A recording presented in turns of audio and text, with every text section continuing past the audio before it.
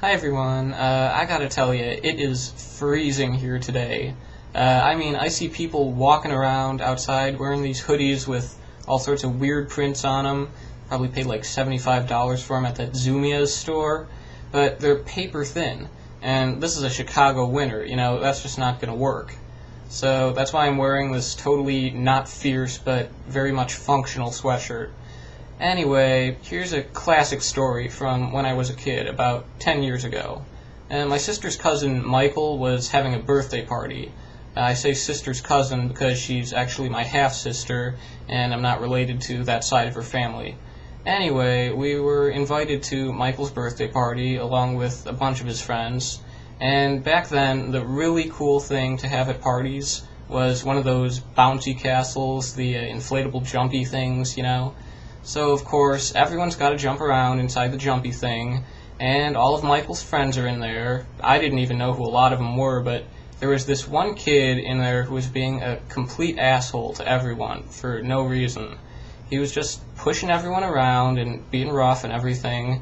His name was Niels. I learned this when I spoke to Michael's mom about this issue. Some of the adults there advised that I should push him back. Now, I didn't see the point of this. I never really saw the point of this. This was an issue because pushing people around inside the jumpy thing made it not so fun, and it just wasn't a nice thing to do. So how is it going to make things any better if I go in there and start pushing him around? Anyway, the point is, the party with the jumpy thing was a lot less enjoyable than it should have been because of Niels. So, about a year later, Michael's having a birthday party again.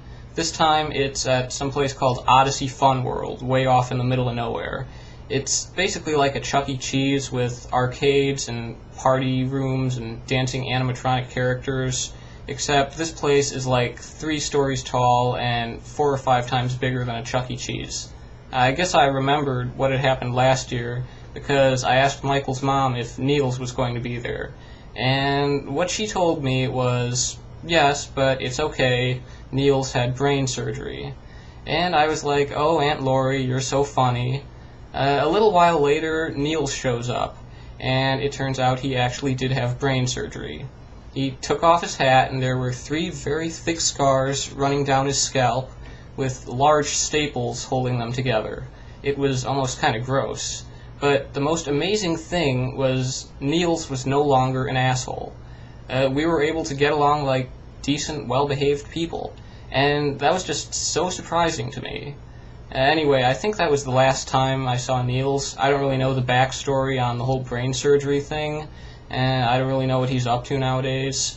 But what this confirmed for me in a very tangible and striking fashion is that the human mind is entirely physically based.